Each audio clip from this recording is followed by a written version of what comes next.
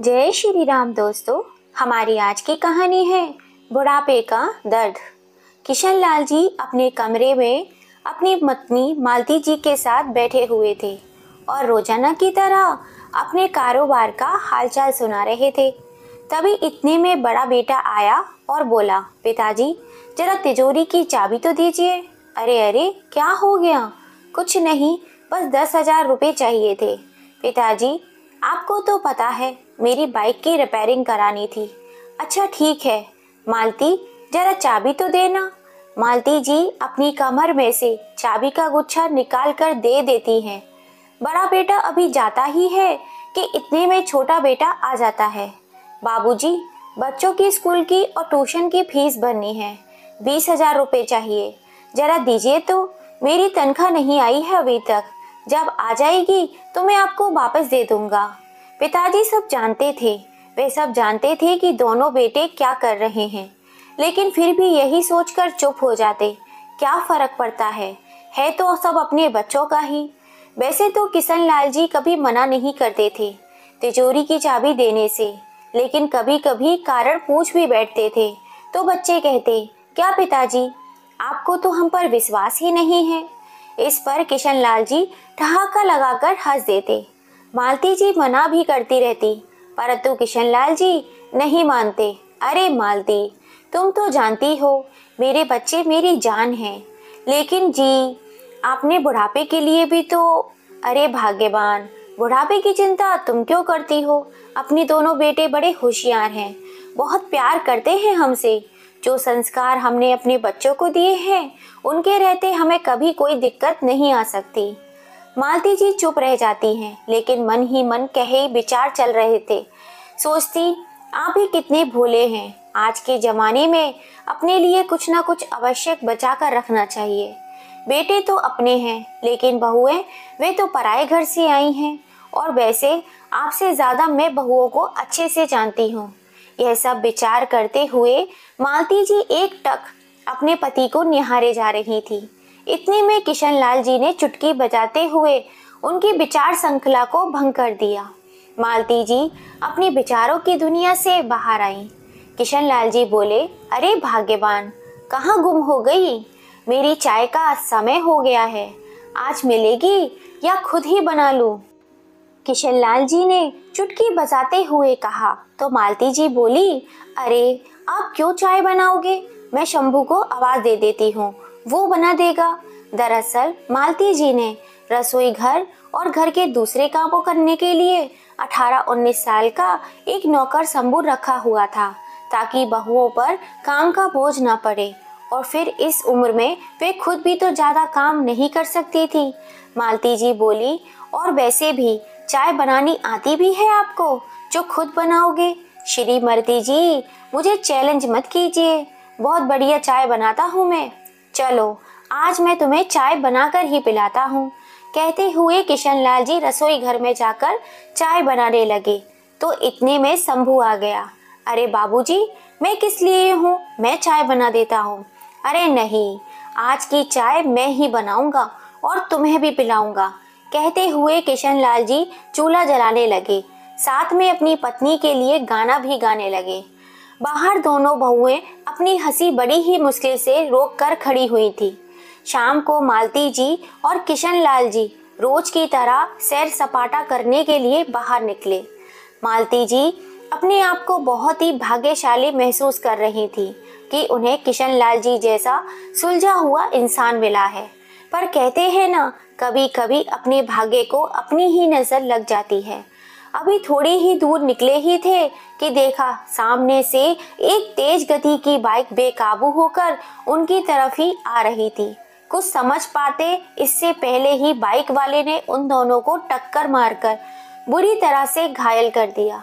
जब होश आया तो मालती जी ने स्वयं को अस्पताल के बेड पर पाया। देखा तो एक नर्स उन्हें ड्रिप लगा रही थी। उन्होंने देखते ही किशनलाल जी के बारे में पूछा तो नर्स ने बताया कि किशनलाल जी आईसीयू में हैं। दरअसल उन्हें बहुत ज़्यादा चोटें आई थी, जिस कारण उनकी हालत गंभीर बनी हुई थी। इतना सुनते ही मालती जी ने ड्रिप उतारकर एक तरफ फेंक दी। चोटें लगने के बावजूद उठकर खड़ी हो गईं और चल पड़ी। आज दर्द में भी इतनी हिम्मत कहाँ थी जो उन्हें रोक पाता। नर्स और अस्पताल के अन्य कर्मचारी उन्हें पीछे से आवाज लगा रहे थे और मालती जी को जैसे कानों से सुनाई देना ही बंद हो गया था। सिर्फ और सिर्फ किशन लाल जी की प्यार भरी बातें ही उनके कानों में गूंज रही थी। किशन लाल जी को इतनी बुरी अवस्था में देखकर मालती जी उन्हें देखती ही रह गईं। किशन लाल जी बेहोश थे। तभी मालती जी बोली, उठिए ना, देखिए आपके सहारे से तो मैं जिंदगी जी रही थी। आप ही तो मेरे दिल की भावनाओं को समझते हैं। अब आप ही इस तरह मुझसे रूठ जाओगे तो मेरा क्या होगा। कहते कहते मालती जी जोर जोर से रोने लगी। उन्हें आईसीयू से बाहर लेकर आया गया। आखिर उन्हें भी काफी कमजोरी आ गई थी। मालती जी को अस्पताल के बेड पर लिटा दिया गया और उन्हें आराम करने को कहा गया। किशन लाल जी की चिंता ही मालती जी को खाई जा रही थी। आंखें बंद किए मालती जी अपने पति के साथ बिताए मीठे पलों को याद कर रही थी कि इतने में एक आवाज आई, बड़ी माँ। आंखें खोलकर देखा तो सामने उनका नौकर शंभू खड़ा था। मालती जी की ऐसी हालत देखकर उसकी आंखों में आंसू आ गए थे। बोला, खाना खा लीजिए बड़ी माँ। मालती जी इधर उधर देखने लगी। आसपास और कोई नहीं था। शंभू बोला, अब सब लोग घर चले गए थे तो मुझे लगा कि आप अस्पताल में अकेली हैं, तो मैं आपका हालचाल जानने के लिए आ गया। आते आते थोड़ा खाना भी लेकर आया। उठिए बड़ी माँ, खाना खा लीजिए। बाबूजी भी जल्दी ही ठीक हो जाएंगे, आप चिंता मत कीजिए। शंभू का स्नेह देखकर मालती जी को कुछ हौसला हुआ। उन्हें लगा कि उनके साथ कोई तो खड़ा है इस दुख की घड़ी में। इतने में नर्स अंदर आई और बोली, मालती जी, आपके पति को होश आ गया है। शंभू उन्हें लेकर किशन लाल जी के पास गया। किशन लाल जी होश में तो थे परंतु अपने हाथ पैर नहीं हिला पा रहे थे। यह देखकर मालती जी दर्द और चिंता से भर गई, लेकिन अपने पति के सामने कमजोर पड़ना नहीं चाहती थी। इसीलिए तुरंत ही अपनी पीड़ा अपनी आंखों में समेटकर किशन लाल जी की ओर देखकर मुस्कुराई और बोली, भगवान का शुक्र है कि आप ठीक हैं। अब हम जल्दी ही अपने घर चलेंगे। तभी थोड़ी संभलने के बाद उन दोनों को अस्पताल से छुट्टी मिल गई। वे दोनों घर तो आ गए, लेकिन किशन लाल जी अब व्हील चेयर पर आ चुके थे। वे अपने चलने फिरने में असमर्थ थे। घर पर आने के बाद तो जैसे मालती जी और किशन लाल जी की जिंदगी ही पलट गई। जो लोग कभी घर के मुखिया हुआ करते थे, इस घर की रौनक हुआ करते थे, वे दोनों अब अपेक्षा की नजरों से देखे जाने लगे। बच्चों को अपने माता पिता ही बोझ लगने लगे। किशन लाल जी की दवा पानी सब मालती जी ही करती थी। एक दिन शंभू किसी काम से बाजार गया था तो मालती जी ने अपनी छोटी बहू से कहा, बेटा, अपने बाबूजी के लिए कम नमक मिर्च की थोड़ी सी खिचड़ी बना दोगी? तो बहू ने टका सा जवाब दिया, माँ जी, हमें और भी बहुत सारे काम हैं और पिछले कुछ दिनों से जो घर की हालत चल रही है तो इस वजह से हम किटी पार्टी में भी नहीं जा पाए। यह काम आप खुद भी कर लीजिए तो अच्छा होगा। कहते हुए तैयार होकर किटी पार्टी में चली गई। कभी कभी मालती जी बेटों को दवा या फल लाने को कहती तो कोई न कोई बहाना बनाकर इनकार कर देते। तभी बेटों का साथ देने के लिए बहुएं भी आ जाती। माँ जी, कितना भी खर्च कर लो, अब बाबूजी तो ठीक होने वाले हैं नहीं, तो थोड़ा सा सोच समझकर बात किया करो खर्चे की। इन तीर भरी बातों को माँ का कलेजा छलनी हो जाता है। मन ही मन वह जानती थी कि बेटों को यह सब सिखाने वाली उनकी बहुएं ही हैं। सोचने लगी, यही बेटे छोटे छोटे खर्चों के लिए बाबूजी बाबूजी करते हुए आ जाते थे। अब बाबूजी लाचार क्या हो गए तो दूध में से मक्खी की तरह निकाल कर फेंक दिया। बेटे बहू की जली कटी सुनकर जब मालती जी कमरे में आई तो देखा किशन लाल जी की आंखें आंसुओं से भरी हुई थी। किशन लाल जी मालती जी को देखकर बोले, मैंने अपने दोनों बेटों को अपने दोनों हाथ समझा था, लेकिन मुसीबत में यही दोनों बेटे हमारी परवरिश को भी नकार देंगे यह मैं नहीं जानता था। लेकिन मालती, तुम मेरी चिंता मत करो, मैं बिल्कुल ठीक हूँ। अरे, तिजोरी की चाबी कहाँ गई? यहीं तो रखी थी। इधर उधर देखते हुए मालती जी बोली। शंभू जो पास में ही खड़ा सब बातें सुन रहा था, मालती जी से बोला, अरे सुबह ही तो छोटी भाभी और बड़ी भाभी कमरे में आई थी, क्या पता उन्होंने ही ली हो। यह सब सुनते ही मालती जी चौंक गई, लेकिन खुद को संभालते हुए बहुओं के पास पहुंची। बहू, वह तिजोरी की चाबी क्या तुम्हारे पास है?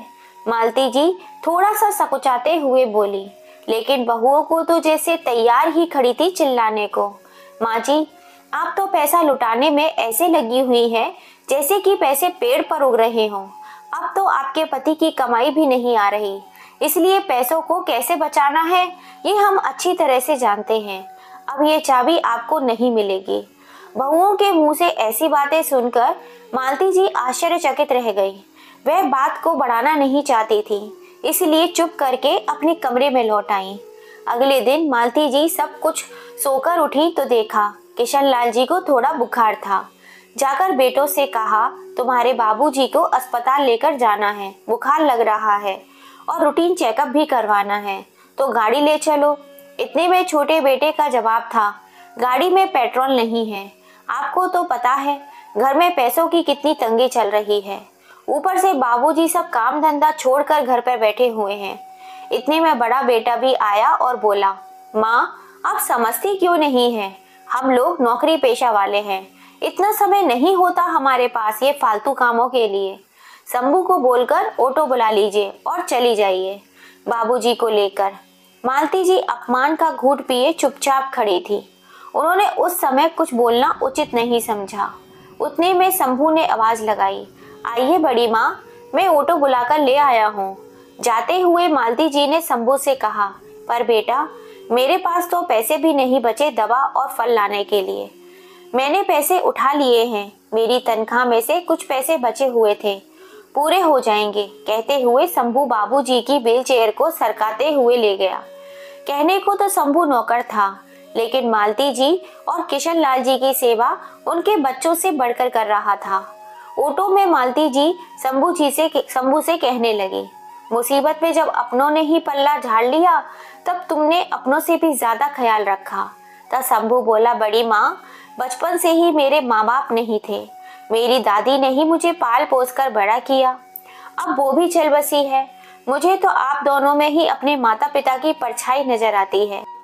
यह सब बातें कहते हुए शंभू की आंखें सहज उठी। अस्पताल में डॉक्टर ने किशन लाल जी के लिए कुछ खास डाइट और एक्सरसाइज बताई थी। शंभू ने उन सबको अच्छे से समझ लिया। वापस घर आते हुए रास्ते में ऑटो रुकवाकर शंभू ने दवाइयाँ और फल और जरूरी सामान ले लिया। शंभू ने उनके खाने पीने का खास ध्यान रखा।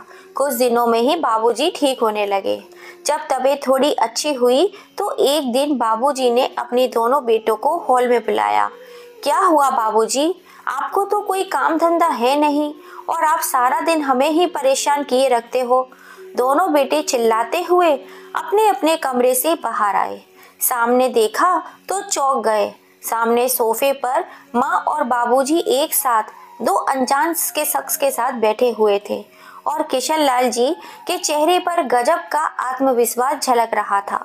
तुम दोनों को शायद नहीं पता, आज हमारी श्रीमती जी का जन्मदिन है, उसी अवसर पर यह सारा इंतजाम किया है आज हमने। कहते हुए किशन लाल जी ने मालती जी के साथ केक काटा। मालती जी को एक गिफ्ट बैग में उठाकर देते हुए बोले, यह लीजिए श्रीमती जी, आपके लिए अपनी पसंद की महंगी वाली सिल्क की साड़ी लाया हूँ। बहुओं के मुंह खुले के खुले रह गए। क्या हुआ, हैरान क्यों हो गए कि इस लाचार निठल्ले बूढ़े के पास इतने पैसे कहाँ से आ गए। चलो आज आप लोगों को भी सरप्राइज दिए देता हूँ। किशन लाल जी ने अपने साथ खड़े दोनों व्यक्तियों का परिचय दिया। यह मेरे वकील दोस्त हैं दामोदर जी, जिन्हें मैंने वसीयत का बंटवारा करने के लिए यहाँ बुलाया है, और यह हैं दीनदयाल जी, जिन्हें मैंने यह मकान 1.5 करोड़ 40 लाख रुपए में बेच दिया है। इतना कहने की देर थी कि बेटे और बहुओं के सिर पर तो जैसे आसमान ही टूट पड़ा। लेकिन बाबूजी, आप बिना हमारी रजामंदी के ऐसे कैसे? मेरी बात अभी खत्म नहीं हुई है। किशन लाल जी आज बोलते ही जा रहे थे और किसी की हिम्मत नहीं थी कि आज उन्हें रोकने की। किशन लाल जी ने वकील साहब को वसीयत पढ़कर सुनाने को कहा। उसमें लिखा था, मैं अपनी दुकान से अपने बेटे और बहुओं को बेदखल करता हूँ। उस पर आज से शंभू का हक होगा। वही अब मेरा कारोबार शंभू संभालेगा।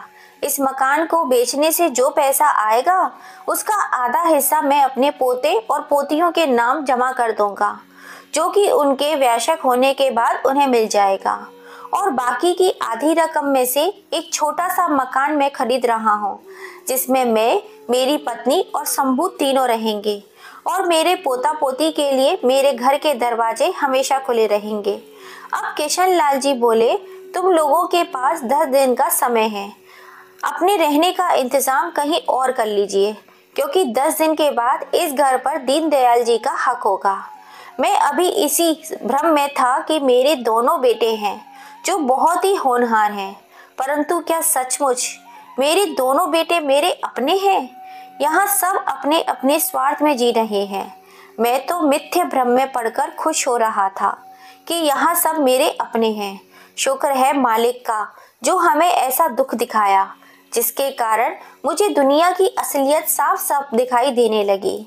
मुसीबत के समय भी तुम्हें सिर्फ और सिर्फ पैसा ही दिखाई दे रहा था। अरे, मैं तो कब से इस दुनिया में कूच कर गया होता, अपने लाचार बेकार अपाहिज शरीर के साथ। कब तक जीता? यह सब मेरी पत्नी और शंभू की सेवा का फल है, जो आज मैं बिल्कुल तंदुरुस्त हूँ।